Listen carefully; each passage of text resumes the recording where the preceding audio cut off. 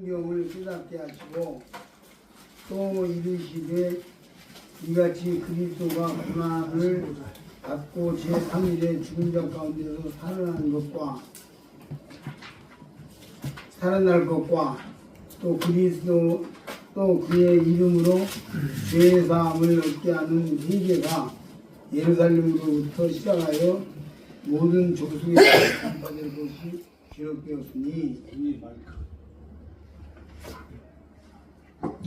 너희는 이 모든 것의 증인이라.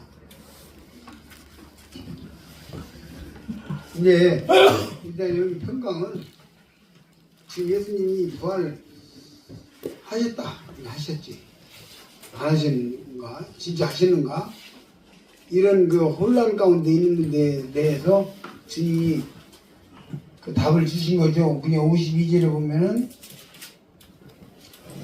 하늘 올리시니 저희가 경배하고 큰 기쁨으로 예루살렘에 돌아가. 이 자체에 답이 나와 있네요. 그 불안하고 불분명한 것으로 말미암아 답답한 이런 제자들 앞에 와서 주님이 큰 기쁨을 주시잖아요. 큰 평화를 주시고, 그래서 큰 기쁨으로 예루살렘에 돌아가 늘 성전에 있어 하나님을 찬송하니라.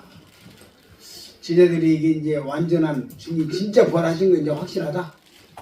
오늘 말미암은 완벽한 평화를, 기쁨을 그들에게 주신 거고, 그래서 그들이 예루살렘에 이제 떠나지 않고 예루살렘 담대히 또 모여서 기도하다가 이제 사도행전에서 성령 강림을 경험하게 되는, 그리고 성령 강림 때의 그 기쁨이라고 하는 것은 바로 말라기 4장에 나오는 너희가 나가서 외양가 안에서 나온 송아지가 뜨듯이 기뻐한다고 그랬거든요. 그 기쁨이 이제 이게 지금 주님이 확실한 부활, 확실한 그 부활의 사실을 기초로 해서 사도행전 2장이 나오잖아요.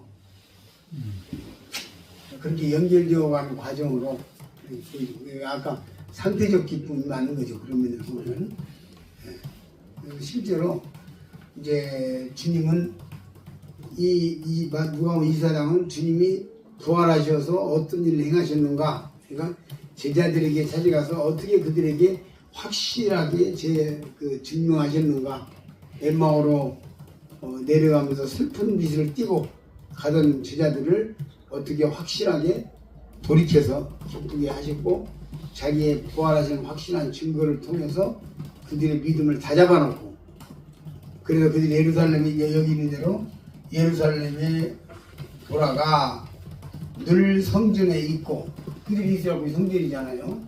있고 성전에 있어 하나님을 찬송하고, 그런 상태에서 사도행전 2장이 전개되는 이 과정으로 연결되고 있다, 이렇게 보여집니다. 그래서 이제 거기서 특별히 주님은 44절에서 또 이르시되 내가 너희와 함께 있을 때에 너희에게 말한 바 곧 모세의 율법과 선지자의 글과 시편에 나를 가리켜 기록된 모든 것이 이루어져야 하리란 말은 이것이라. 다시 한번 이제 제자들에게 3년간 가르쳤던 걸 이제 함축성 있게 지금 상기시켜서, 내가 여러 차례 너희들에게 이야기했다느냐, 했지 않느냐. 그 주님이 복음서에 보게 되면은 내가 이 말씀은 이루어져야 하는데 그러면 어떻게 이루어지겠느냐, 이런 말씀들이 있잖아요. 그것을 상기시켜서 주님은 다시 한번 구약에 말한 이 말씀을, 구약에 말한 모든 예언으로 말미암은 성취다. 그래서 주님이 부활, 이제 얘들이 확실히 알았어요. 아, 주님의 부활은 일시적으로 갑자기 나타난 게 아니라 구약에서부터 부활이 예언되어 있었고, 주님이 여러 번 증거하셨고, 오늘 다시 들어보니까 그러네. 이렇게 이제 그들이 부활을 중심한 믿음의 분명한 이론, 믿음의 교리, 실상, 이것을 정확하게 이해하고 그들이 이제 큰 기쁨으로 여기 큰 기쁨이 나오는데 오늘을 찾아보니까 위대한 그런 게 있더라고요. 위대한 기쁨으로 이 세상의 어떤 기쁨과는 전혀 비교가 되지 않는 그래서 큰 기쁨으로 그들이 예루살렘에 돌아가서 그 성전에 있고 찬송을 하고 그래서 주님은 이런 완전한 평화의 상태로 그들을 만들어 놓고 그리고 사도행전 2장으로 진입하는 이런 말씀이 여기에 이 마태복음 누가복음 24장의 뜻이다. 이 무엇보다도 주님은 제자들 12제자들을 택하셨을 때 이 제자들을 기초로 해서 이렇게 하려고 하는 게 이것은요 사실은 우리가 이 땅에서도 선교사를 누가 간다든지 지역 교회에서 주님을 섬긴다든지 할 때에 어떤 일꾼이 일어나면 그 일꾼을 중심으로 해서 앞으로 이렇게 뻗어나가도록 하는 사역의 기초로도 보여주시는 거예요 사실은. 그래서 후계자를 제자들을 야물게 단단하게 세웠느냐 못 세웠느냐가 앞으로 모임의 미래 장래가 있는 것이죠. 주님은 그래서 부활하신 다음에 무엇보다도 제자들을 찾아가셔서 아우르는 거죠. 지금 여기에 의심하는 제자들이 만들고라 이렇게 했지만 요한복음이 앞으로 공부할 거지만 요한복음에는 또 다른 모습으로 제자들을 찾아가서 찾아가는데 어디로 가냐면 갈릴리 바닷가로 가잖아요. 갈릴리 바닷가는 어디입니까? 예수님이 제자들을 처음으로 부른 장소야. 내가 너희를 여기서 불렀는데 그럼 너희들이 이게 원쪽으로 돌아가 버렸으면 그 도레미 타불이냐 뭐냐 이거. 내가 3년간 너희들을 훈련시키고 데리고 다니고 가르치고 너희들 앞에서 그 많은 신앙의 말씀들을 설교를 해줬고 실제로 너희들 앞에서 그 많은 행동들을 나타내서 병자를 고치고 죽은 자를 살리고 문둥병 자를 살리고 이렇게 하였는데 그 헛것이냐? 그거 보니까 또 고기 잡으러 왔네? 고기 잡던 사람은 도로 고기 잡으러 왔어. 원점으로 와버린 거죠. 이거냐? 그래서 다시 베드로를 불러내가지고 내 양을 치라, 먹이라. 이 이야기를 분명하게 주님께서 제 신임 와서 제자들 그 아우르는 장면이 이제 요한복음 마지막에 나오잖아요. 여기서도 제자들이 큰 기쁨으로 섬기도록 그렇게 다 아우러 놓고 또 요한복음에서도 도마는 그 자리에 빠져 있으니까 또 나타나가지고 도마 빠지도 참 도마는 마음에 자기에게 확신을 주시기 위해서 한 번 더 나타나셔가지고 해줄 때 얼마나 죄송스러웠고 그래서 도마가 그냥 눈물이 나고 그래서 도마가 내가 땅끝까지 가라는데 땅끝은 내 차지다 하고 가다 인도까지 갔고 한국까지 오지 않았을까. 한국에 왔다고 한다면 한국까지 오지 않았을까. 이런 마띠아를 생각해봐요. 마띠아는 중국에 갔다고 하거든요. 난 12제자들 보냈는데 어떻게 그냥 하나 해가지고 했는데 나 같은 거 하나 끼워 넣어줬는데 내가 여 근처에서 어영부영 할 수 있냐. 그 사람이 중국까지 왔을지도 몰라요. 중국까지 온 마띠아를 생각을 해보고 인도까지 왔다는 도마를 생각해보면 그 특징들이 있더라고. 예. 우리는 허물을 먹고 사는 사람들이에요. 베드로의 그 많은 허물들이 베드로를 끝까지 개선하게 했고 바울이 평생의 일평생에 스데반의 그 선한 눈을 머릿속에서 그 영특한 사람이 머릿속에서 선하고 선한 얼굴, 선한 눈이 떠나지 않았을 거예요. 내가 그를 죽였다 이거죠. 스데반이 얼마나 큰일 할 사람인데 스데반의 그 성경 지식과 언변을 보세요. 엄청나잖아요. 그러니까 성경이 없이 그냥 쫙 순서대로 읊어버리잖아요. 구체적으로, 실제적으로. 그런 스데반이 자기 손에 죽었단 말이에요. 첫 번째 순교자를 만들었단 말이에요. 그래서 바울은 그래서 더 멀리 막 돌아다니는지도 몰라요. 제가 스데반 국까지 해야 된다는 생각도 했을 것이고, 네. 주님은 제자들을 이제 다 단속해가지고 제자들이 큰 기쁨으로 기쁨에 거하는 것을 다 꺼져버렸어. 또 꺼졌잖아요. 또 없어요.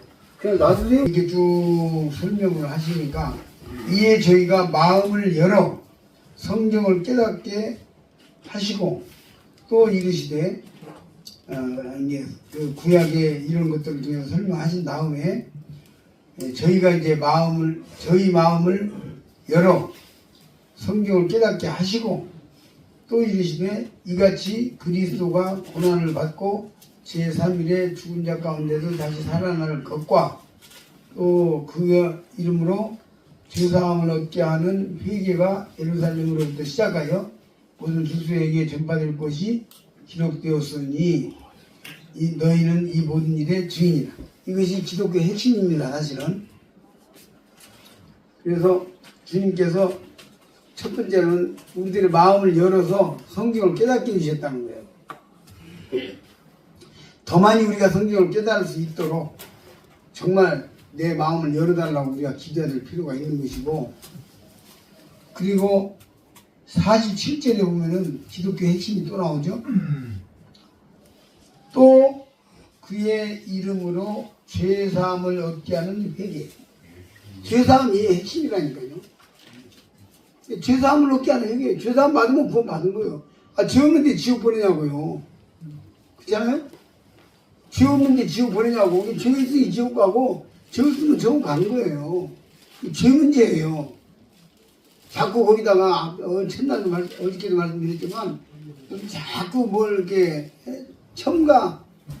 무슨 첨가물을 자꾸 붙이려고 아주 위험한 거예요. 죄사함 받고 나면 진짜 죄사함 받고 나면은 감지듣기 하죠. 그냥 고맙고 감사하고, 예? 어쩔 줄을 모르는 거고,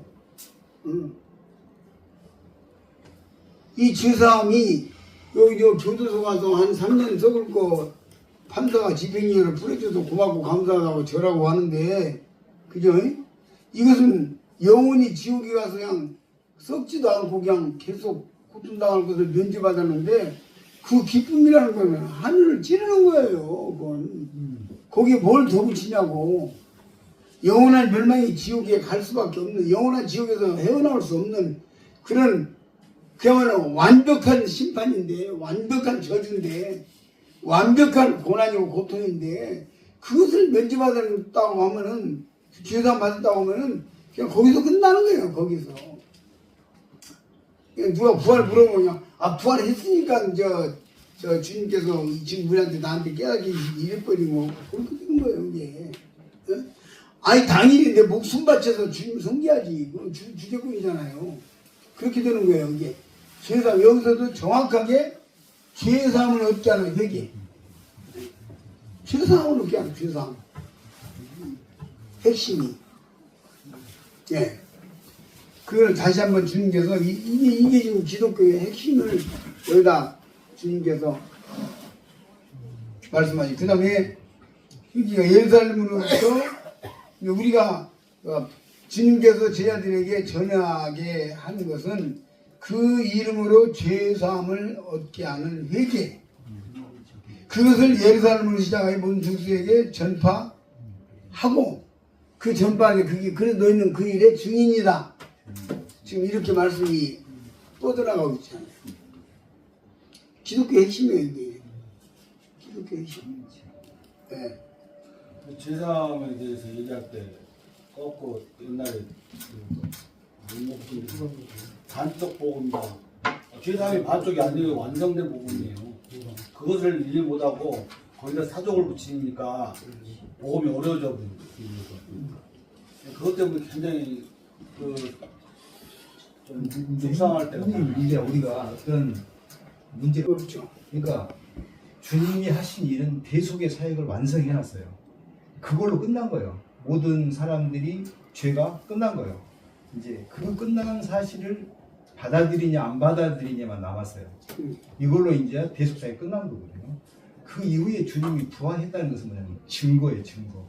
이 말이 확실함에 대한 증거로 나타나신 거예요. 그게 고린도전서 15년. 그렇죠. 우리가 이렇게 정립을 해야 돼요.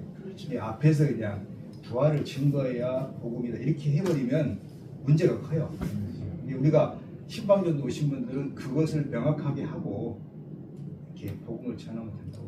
특별히 오늘 말씀은 주님이 직접 하신 말씀이에요. 그렇기 때문에 토를 달면 안 돼요. 그러니까 주님 죄사함을 얻게 하는 회개를 너희들이 가서 예루살렘부터 시작해서 증거할 증인이다. 너희들이 이걸 끝냈잖아요. 죄사함을 하는 게 이제 토를 붙이는 것은 이게 보면은 목표를 만들어 놓고 그 목표에 맞게 각색을 하는. 그러니까 이제 왜 변화가 없냐? 구원받고도 왜 변화된 사람 살지 않은 사람이 살지 않은 사람이 일어나냐? 문제가 뭐냐 하면은 정확하게 복음이 가슴에 인지가 안 돼서 가짜든지 아니면 그가 성격적으로 구원을 받았으나 이 걱정과 근심이 원체 많은 성격이라 헤어나지 못하고 있거나 사탄의 공격에 기억당해 있거나 등등의 이유를 찾아야지. 그 등등에서 이유를 찾아야지 마치 그냥 무슨 복음이 잘못되어서 지금 변화가 없는 것처럼 이런 식으로 몰아붙이니까 웃기는 거예요.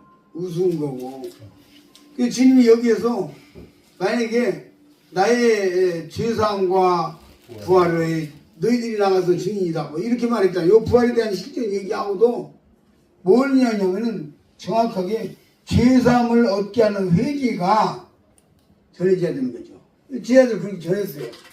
죄사함을 얻게 하는 회개를 전했다고 와서.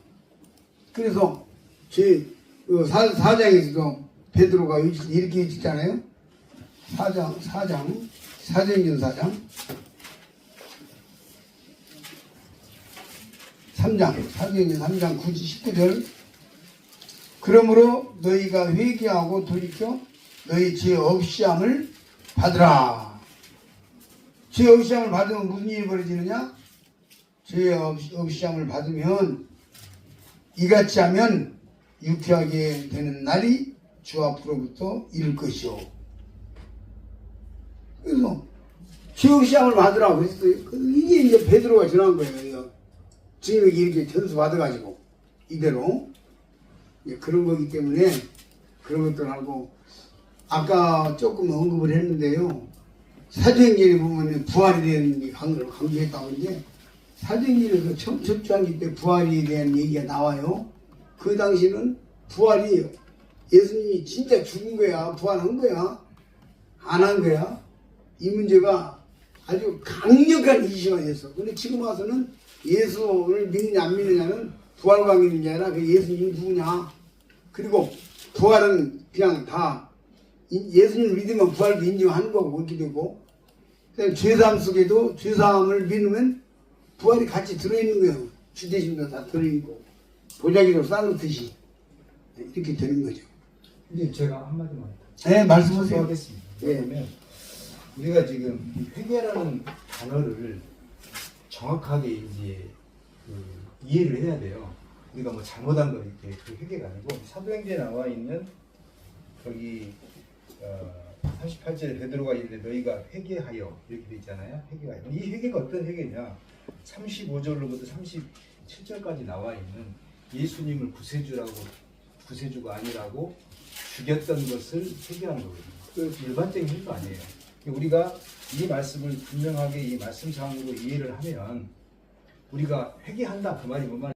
주님이 구세주라고 믿으면 그의 이름으로 이제 자녀된 삶을 살겠다고 우리가 침례를 받는 거잖아요.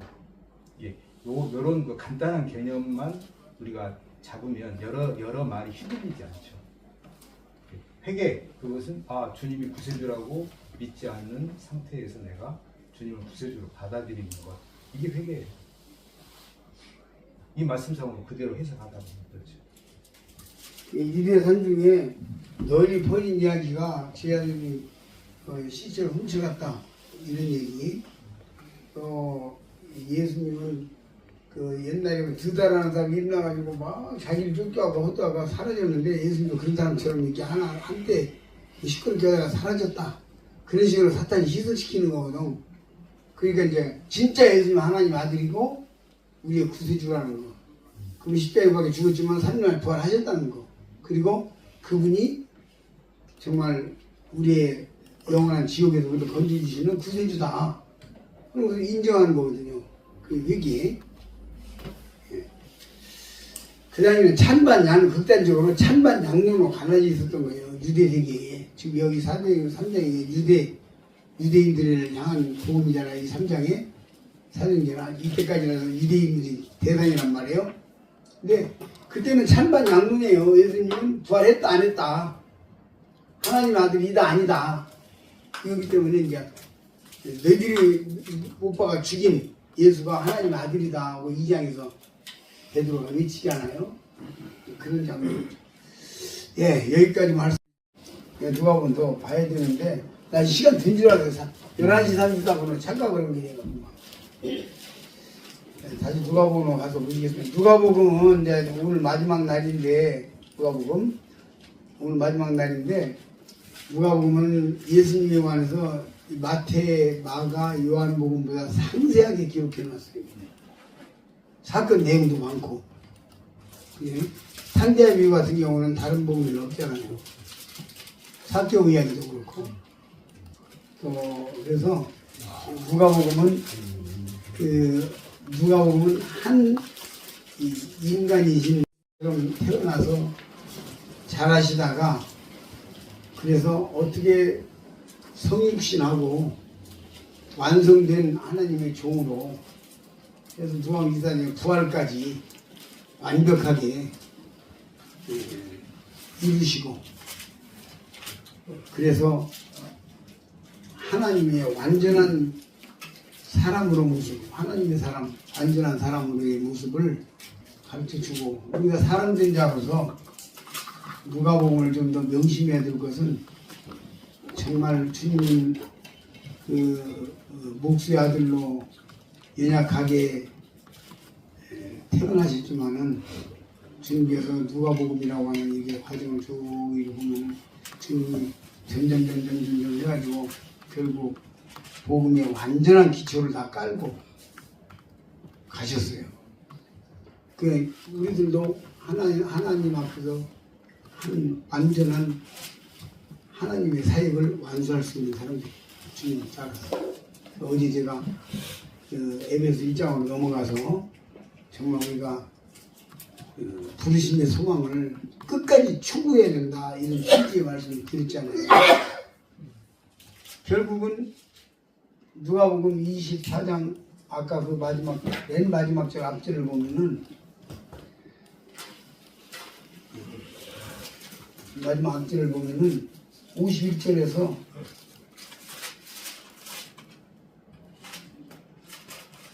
50절부터 보시면 예수께서 저희를 데리고 베다니 앞까지 나가사 손을 들어 저희에게 축복하시더니 축복하실 때에 저희를 떠나 우리는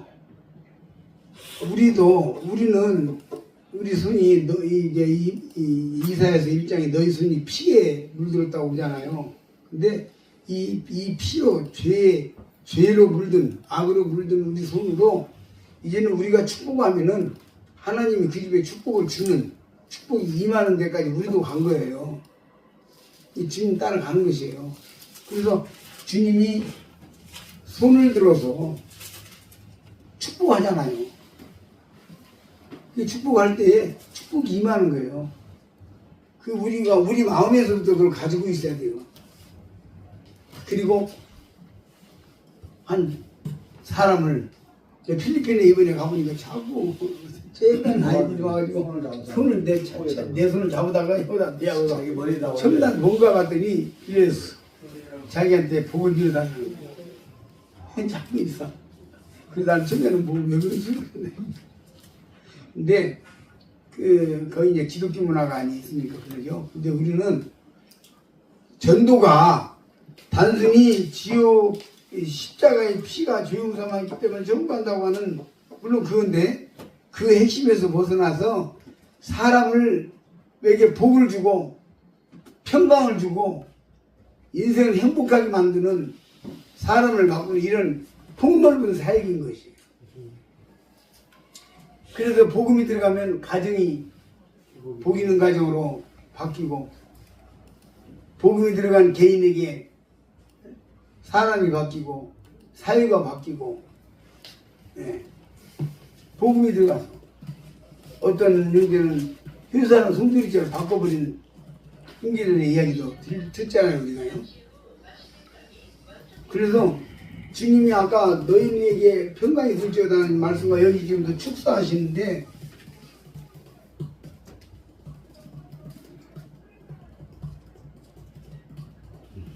예수께서 저희를 데리고 베다니 앞까지 나가사 손을 들어 저희에게 축복하시고 축복하실 때에 저희를 떠나 하늘로 올리우시니 저희가 그에게 경배하고 주님 하늘로 올리우셨고 또 다시 오실 분이에요.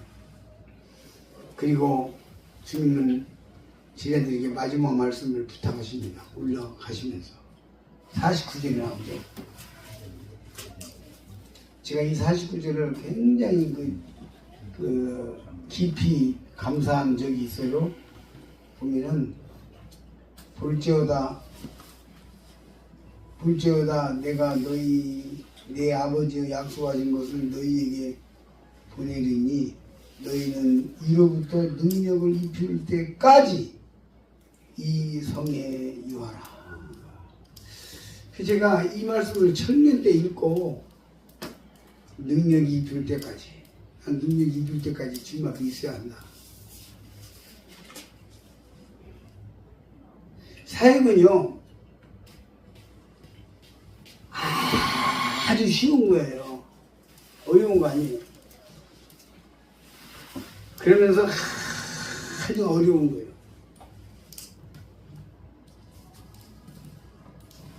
지금 뭐냐면 큰 짐을 옮기는데 리어카로 옮겨보세요. 리어카. 네. 얼마나 힘들어요. 트럭으로 옮겨보세요.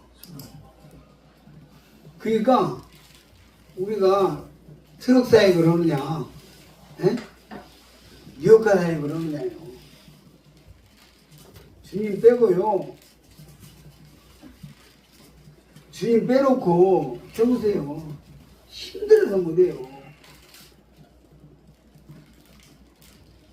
제가 그 많은 여러 가지 그 고뇌와 눈물과 고통이 있을 때에 손 딱 떼고 그냥 힘들어도 주님께 나는 맡기고 그냥 나 둔다 할 때에 주님 다 풀어주셨어요. 내가 풀려면 못 풀죠. 죽어요 그냥. 그러니까 어떤 물건을 옮기는데 리어카로 옮기느냐 아니면 트럭으로 악셀에다가 막고 있으면 가잖아요. 옮기잖아요. 이 문제예요. 능력이 입힐 때까지가 이런 뜻이라고요. 우리 정말 하나님의 능력으로 사역을 위해서 기도해야 돼요.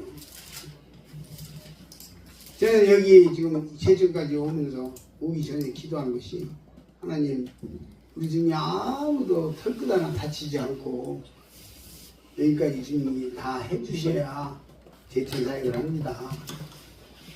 기도할 수밖에 없어요. 맡기는 거죠. 그리고 이제 평안이 오는 거죠. 네. 그래서 이로부터 능력이 입힐 때까지 사역은 뭡니까? 능력이 입힐 때까지예요. 어제 제가 간증하잖아요.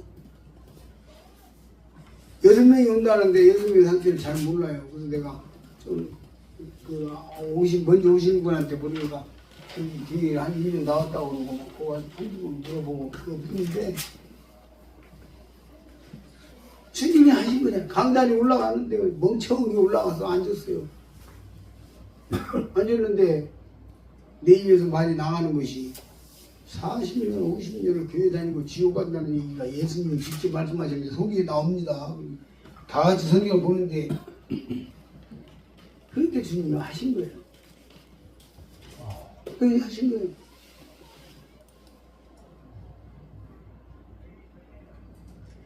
기이한 일을 하신 거예요. 내 입이요, 내 입이 아니에요.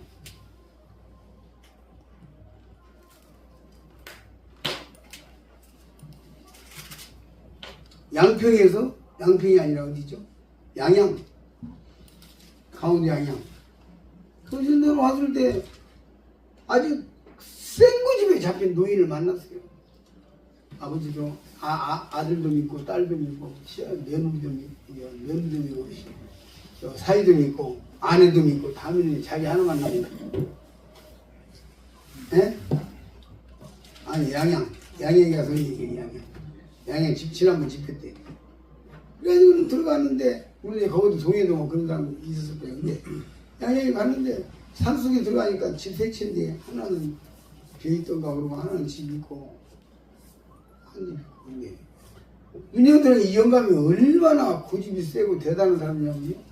문 딱 열자마자 나보고, 대뜸 갔다가, 안 믿어지는데 어떻게 믿으란 말이냐고 소리를 빡 지르는 그냥 삿대질하는 거다.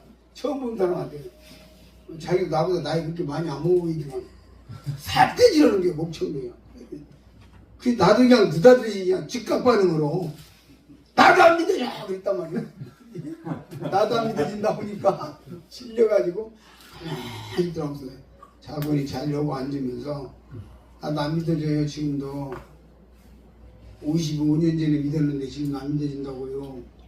근데 왜 믿냐면요, 사실이라는데요, 사실. 근데 나 사탕 안 먹거든요. 그 주머니 옥지에서 사탕이 하나 들어있네. 보니까 있어. 즉각 빼가지고 이 사탕을 가지고 암을 고친다고 믿겠어요? 그랬더니 못 믿지. 사탕 이걸 가지고 암을 고친다고 믿겠냐고 말이 되냐고. 이게 재료가 뭔지 빨리 아는데 이게 설탕하고 몇 가지 섞어가지고 만들어놓은 우리가 빨리 알고 있는 바인데 이걸로 암을 고친다고 되냐고 말이야. 못 믿지. 근데 이것들 한 달 동안 계속 먹었더니 저 사람도 고쳤고 저 사람도 고쳤고 이 사람도 고쳤고 다 고쳤어. 확실히 고쳤어. 병원에서 말기 진단 받았는데 이름 먹고 나왔어. 어쩔 거야? 가만히 있더라고. 어쩔 거냐고요? 꼭 말을 하려고.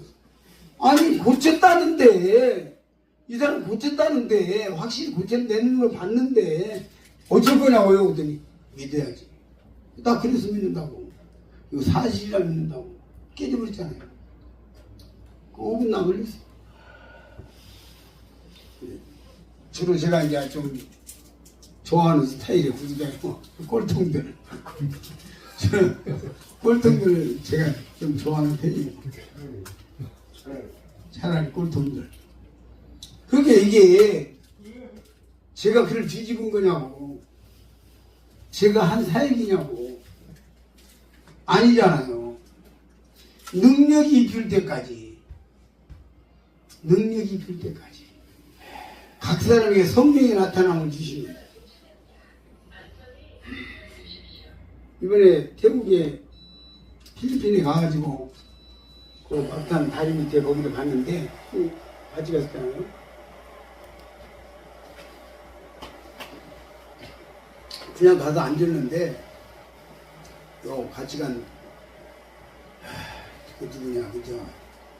민행제님이 이명재가 갑자기 나더러 여기서 가정집회를 모이고 전도를 하려고 이제 여태까지 옛날에 했었는데 이제 지금 그 다리 불나가지고 사람들 이주시켜가지고 따로 모이더라고.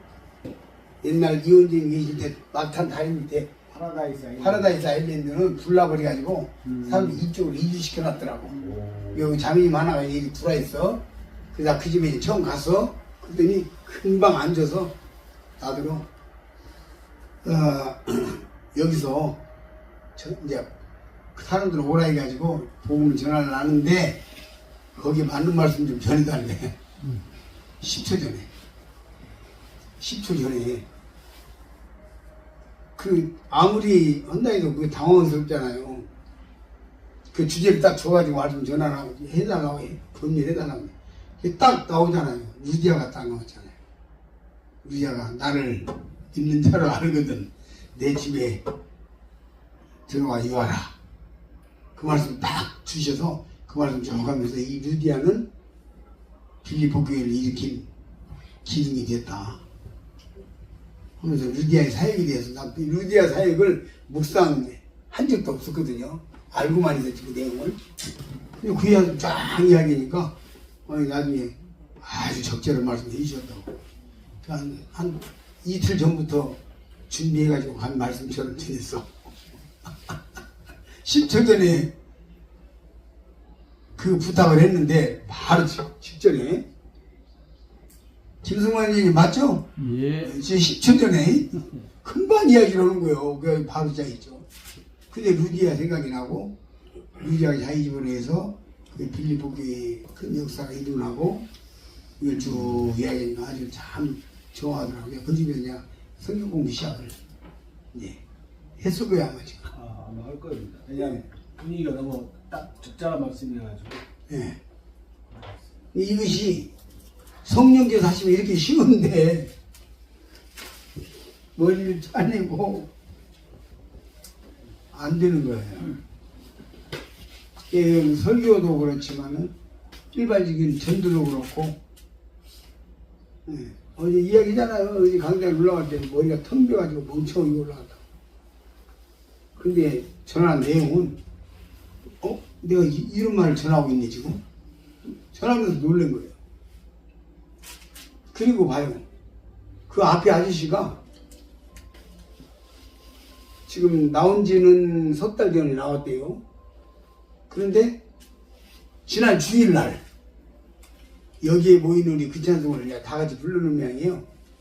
부르는데 그 분이 직접 나한테 하는 얘기가 내가 교회에 가거나 어디 가거나 평생에 우는 사람이 아닌데 그 찬송을 부르는데 눈물이 나서 계속 울었대. 끝날 때까지 계속 울었대. 그 지난주에 오고 지금 어저께 오고 며칠 사이 3, 4일 완전히 마음이 녹아가지고 내가 그걸 받아야겠다 이렇게 녹아가지고 와가지고 봉준이가 돈 받은 거예요. 어제 잠인도가 주위 있었죠? 그분이 내가 강단을 이야기하니까 네? 하고 이거 들으시 두 번이나 자리도 옮겨서 앞으로 가서 앉았어. 네, 그냥 앞으로 이제 그건 내가 오라 했어요. 오라 했는데 내가 이렇게 지적하고 이야기하니까 네? 하고 이 정도 큰 소리를 하는 걸 두 번이나 들었어요. 어디 가십니까? 그러니까 이것이 어떻게 이게 트럭 사역이란 말이에요. 이게 트럭 사역이에요. 네 역할을 옮기려고만 하죠. 죽을 곤욕을 치르고 못하자고 힘들고 이게 니로부터 능력이 입히울 때까지 하나님이 나에게 능력을 입혔어. 엘리야에게 주신 능력.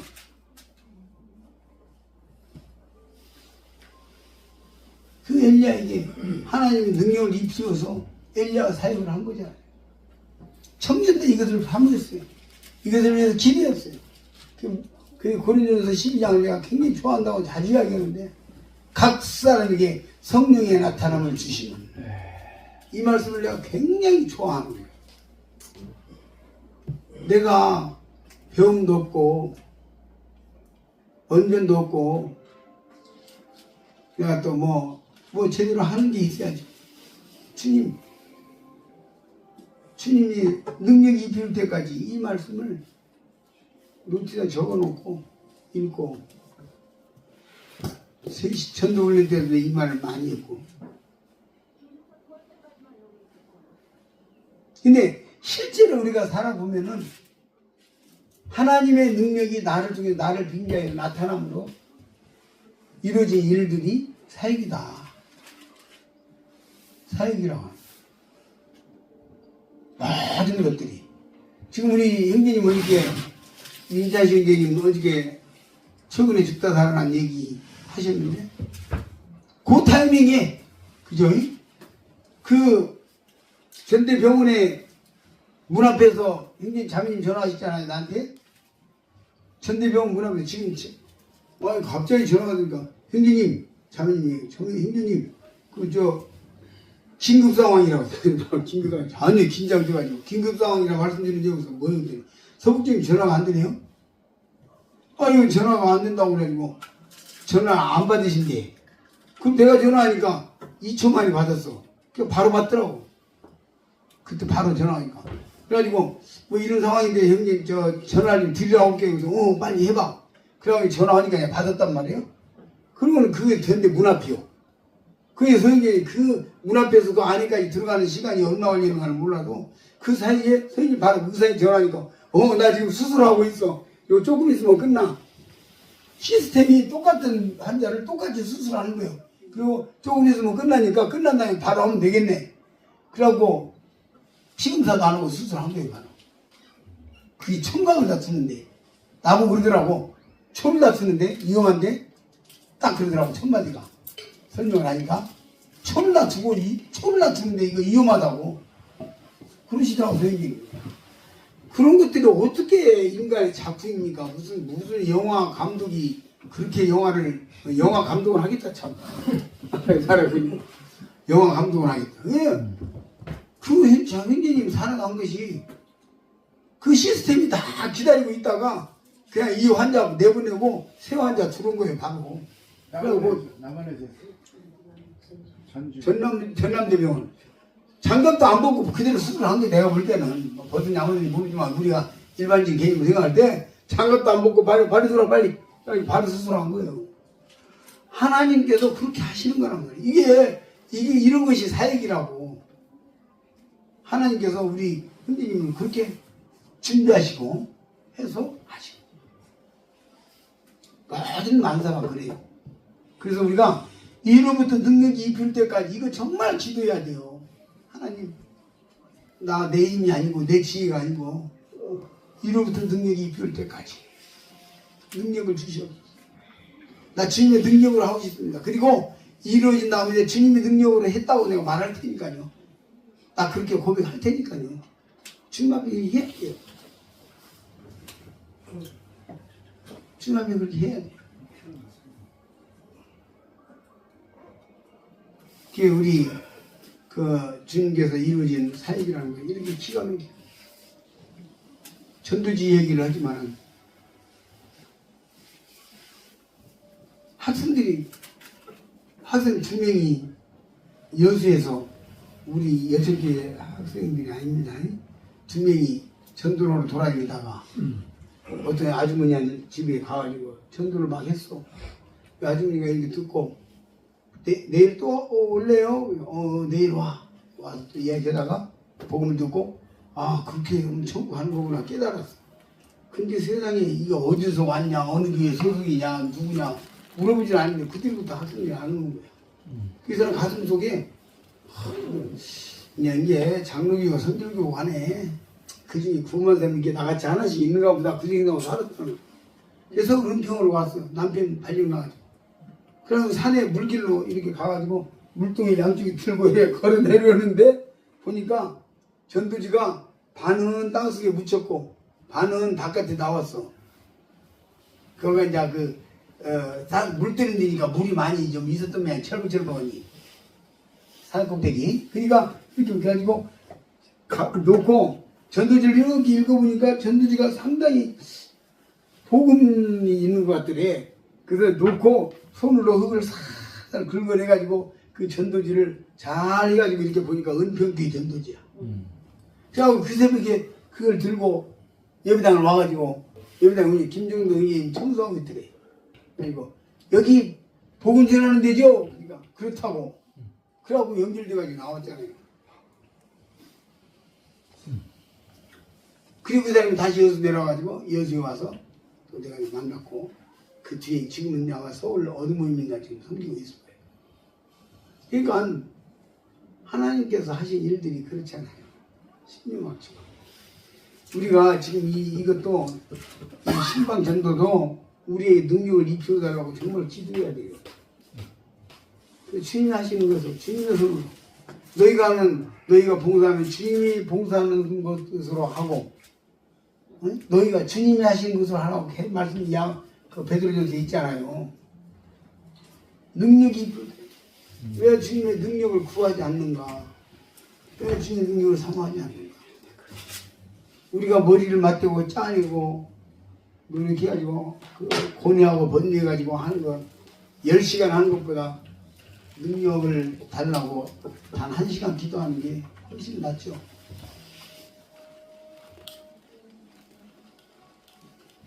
그런 하나님의 전능하신 하나님이 실제로 내 삶 속에서 나타날 때 그래서 우리 사역인 거죠. 능력이 입힐 때까지 너 예루살렘 가만히 있다가 나가지 말고 너 이제 회개를 했으니까 이 장면을 보세요. 너희들이 이제 알았으니까 부활한 거 확실히 알았고 죽었다 부활하신 거 알았고 다 이제 알았으니까 이제 너희들이 알았으니까 우리 뛰어나가자가 아니라 거기다 플러스 알파 능력이 입히워야 된다. 그 능력이 입힐 때까지 예루살렘에 머물러라 이렇게 말하는 거예요. 정직한 의미에서는요. 하나님이 나를 통해 능력의 나타남, 성령의 나타남이 없으면 사역으로 나서면 안 된다고 하는 거예요. 정직하게 말하자면. 본인이 하나님이 내 위에 계시고 내 안에 계셔서 능력을 나타내시고 역사를 나타내셔서 일하시는 것을 보고 교회도 그렇게 청구하고 그게 맞는 거예요. 이 말씀대로. 맞는 거예요. 이것은 주님 앞에 사모하면 평강을 원하시는 주님이 충분히 주님 그렇게 하시는 거예요. 못 하시는 분이 아니잖아요. 주님 얼마든지 하시는 분이죠. 너희가 받지 못하면 구하지 아니하며 구하여도 받지 못하면 정욕대로 쓰려고 잘못 구합니다. 너희 중에 지혜가 부족하고 후회 주시고 후회 하시는 하나님께 구하라. 그러잖아요. 그러니까 신앙은 사역은 쉬우면 아주 쉬운 거예요. 사실은 어려운 게 아니에요. 내가 하니까 어렵지. 결국은 내가 망가져야 욥의 모든 것이 복귀되는 것은 욥이 자기 자신이 망가지니까 복귀하잖아요. 다 복귀하잖아요. 나는 무식한 사람입니다. 그때까지 욥은 자기가 지혜자라고 생각했어요. 그래가지고 새 청년으로 이야기하니까 아이고 이것들이 누구들은 우리 집 마구간 청소하는 것만 또 모든 것들이 막 까분다고 나중에 건드리기도 하고 그래요. 그 욥 교만하는 욥이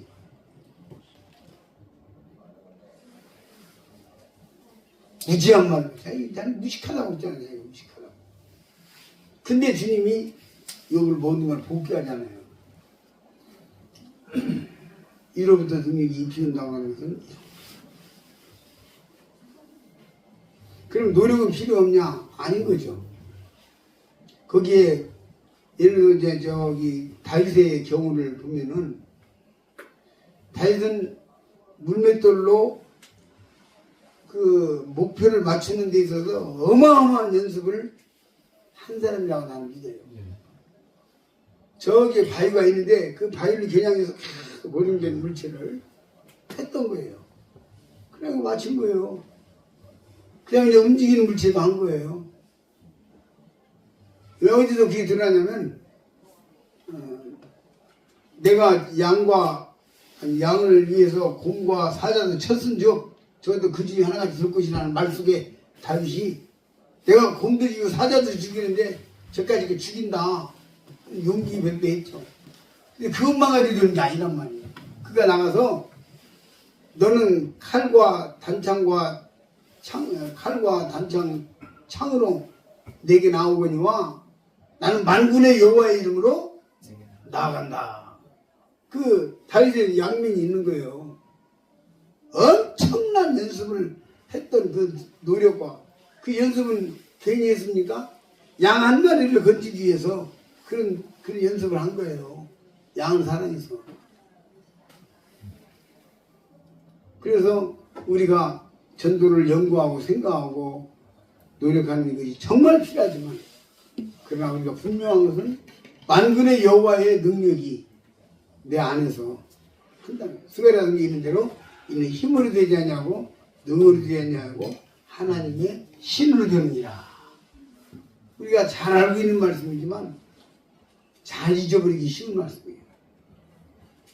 실제로.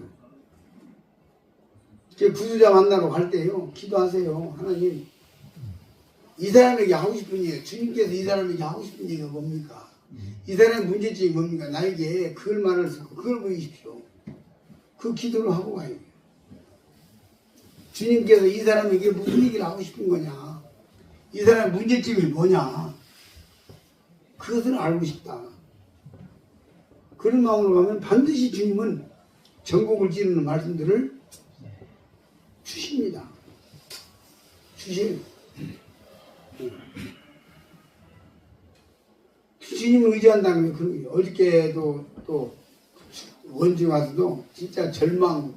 아니 들어가는데 저 뭡니까 이게 뭐요? 저 추어탕을 가지고 노니까 가지가 아니야. 이거 안 받는다고. 이게 옆에 있다가 추어탕은 그런데요. 이건 내가 사온 거요. 주니까 사기권 받대. 사기권 받은 내가 사왔다 보니까. 그래서 이제 수거탕도 안 받고 오고 입구에다 놔버렸어요.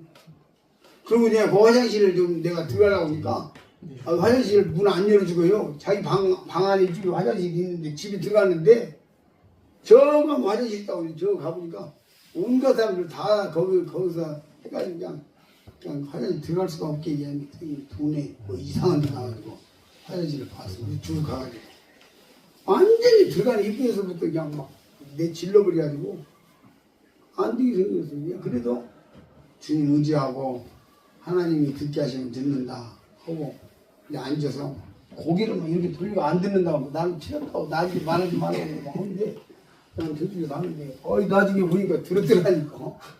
그래서 저 텔레비전 본 게 예수님이 내 죄를 다 가져가셨다 그런 말은 안 하던데요.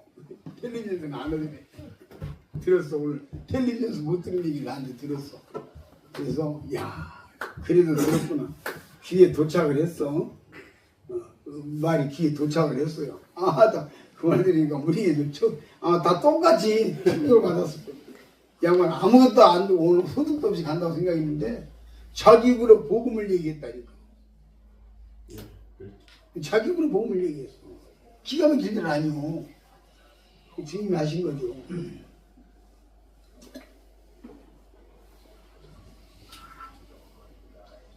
그래서 이로부터 능력이 입히기 위해까지 지금 여 제자들에게 사실 설명을 했어요. 우리가 사실은 여기서 이제 24장 정리합니다. 우리는 성경의 진실을 제대로 알아야 돼요. 말씀을. 그리고 우리가 말씀을 정직하게 정확하게 어렴풋이가 아니라 예수님이 정말 부활하셨는데 만져봤는데 부활한 게 틀림없다. 뼈도 만져봤고 고기 잡순 것도 내 눈으로 봤다. 그리고 엠마오 그 제자들도 우리가 이렇게 할 때 주님이 우리를 풀어주셨고 또 떡을 떼므로 알려줬고 그리고 주님으로부터 직접 두고 있으면 후련히 가셨고 우리는 돌아왔다. 이런 집대성한 증거들과 주님이 나타나신 이 상황을 통해서 진실을 정확하게 이제 아는 거예요. 확실히 부활하셨다. 우리가 지금 혼란 속에 있었는데 정리가 된 거죠. 그런 면을 생각하면 우리가 먼저는 성경을 제대로 정확하게 알아야 할 필요가 있는 것이죠. 충분하게 이해하고 알고 보고할 필요가 있는 것이에요.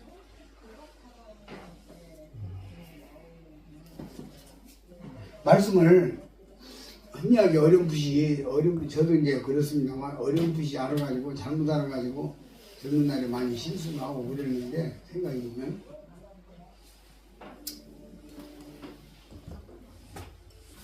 막연하게 잘못할 수 있어요. 잘못 알아가지고 예를 들어서 저 몽학 선생을 이야기하는데 어떤 분이 그런 얘기를 하는 걸 들어봤어요. 이 몽학 선생이라고 하는 것은 꿈속에 사실도 같고 아닌 것도 같고 아리아리 헤매게 이게 믿는 뭐 이렇게 설명을 하더라고. 그래서 이제 나도 그 전에 처음에는 선입견적으로 그렇게 생각을 했었고 나중에 이제 그게 아니라는 걸 깨달았는데 그런데 그 형제님 불러다가 제가 그 몽화소리 그런 뜻이 아니고 이 몽자가 그 꿈몽자가 아니고 어릴 몽자다. 그래서 어린아이를 훈련시켜가지고 이렇게 다 해서 어느 수준이 되면 주인에게 인수하는 그 과정에 선생을 몽화선생이라고 예, 몽화분장이라고 했다.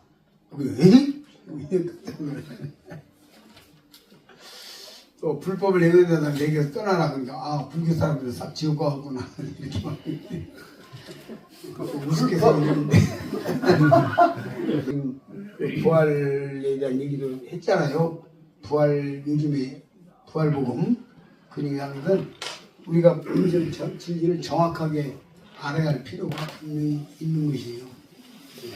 분명히 있고 그런 속에서 우리가 거기다가 그것만이 아니라 정말 하나님께서 나에게 함께 할 수 있도록 기도하는 것과 그 다음에 나를 낮추는 것과 나를 낮춰야 돼요. 나를 낮춰야 돼요. 주님은 흥정하세요. 저도 흥정해요. 주님 내가 교만한 나를 낮추고 내가 주님 영광을 나타내려고 애를 쓸 거니까 주님도 일정한 선에서 해주시고 이야기해요. 주님과 이렇게 대화를 하고 교제를 하고 그래서 주님이 겸손한 자에게 은혜를 베푸신다는 거 다 알고 있잖아요. 모르는 사람이 없잖아요. 네. 그래서 자기를 낮추고 정말 땅바닥에 그냥 낮추고 낮아져서 그럴 때 주님께서 실제로 능력을 입혀주신 거죠. 능력을 입혀주신 거죠. 교만한 자가 망했단 말은 없습니다. 겸손한 자가 겸손한 자가 망했단 말은 없습니다. 또 교만한 자가 성공했단 말도 없고. 교만한 자는 주님이 낮추시고 겸손한 자는 높이신다고 그러지. 그래서 51절 한번 보고 마치겠습니다. 축복하실 때에 저희를 떠나 하늘로 올리우시니 이때 주님과 우리가 분리되었고 다시 공중에 오시는 주님이 우리와 하나 되고 다 만날 것인데 그 인간이 한 인간의 애기로 태어난 인간이 하늘로 올리우셔서 본자로 올라가시는 장면까지 사역을 완전히 다 마감짓고 하나님의 우편으로 올라가는 그 장면까지 해서 누가복음이 끝납니다. 애기로 태어나가지고 성인을 해서 또 영적으로도 정말 그 성전에서 제사장 들어가고 성경 변론하고 이런 정도의 수준에서 점점 지혜와 그 능력이 하나님과 사람들이 사랑스러워지고 자라가고 이렇게 해서 결국은 주님은 하나님 보좌 앞으로 다시 복귀하게 되는 요한복음 3장 16절의 말씀을 완성하는 장면으로 끝났습니다. 그래서 네, 누가복음까지 공부를 했고요. 다음 시간 내일은 이제 요한복음 1장으로 넘어가서 시작하겠습니다. 이 요한복음을 위해서 좀 기도해 주시고 제가 두려워요. 그전에는 요한복음에 대해서 그냥 겁없이 이렇게 했는데 이 요한복음은 예수님이 여호와라고 하는 것을 증명하는 장면들이 계속 나오는데 사실은 우리가 마태복음도 필요하지만 우리에게 요한복음도 필요해서 주신 거거든요. 마가복음도 필요해서 주신 거고 왜 사복음서를 다 주셨겠느냐. 똑같이 예수님의 여러 면을 이야기하시는 건데 사실 그 중에서 가장 중요한 것이 요한복음이고 주나라에 가신 박준희 형제님도 일평생 요한복음을 연구하시다 하셨잖아요. 요한복음 강의하시길 좋아하셨고 요한복음에 나타나는 주님 하나님에 대해서 말씀하시길 좋아하셨고 또 요한복음을 통해서 우리는 하나님이 정말 나와 함께 거하는 것이라는 것을 유대인들이 요한복음의 말씀이 하나님이 됐다고 나오고 말씀이 육신이 됐다고 나오는데 유대인들이 그것을 본받아야 된다고 봐요. 성경을 복사하다가 여호와라는 단어가 나오면 가서 목욕지기하고 와서 여호와를 썼다고 하는 거예요. 그만큼 하나님에 대한 존경심과 두려움과 경외심이 있었는데 요한복음을 앞으로 내일부터 그냥 공부하게 되면은 이 요한복음을 통해서 우리가 신앙에 크게 업그레이드 되는 그런 시간들이 됐으면 좋겠다 싶어요. 엄청난 보화가 이 속에 있는데 우리가 모르는 거죠. 아, 형제들이 말씀을 가지고 농담을 해서 쓰겠냐고. 말씀이 하나님인데. 절대 우리가 나도 모르게 말씀 가지고 농담할 수 있어요. 그래서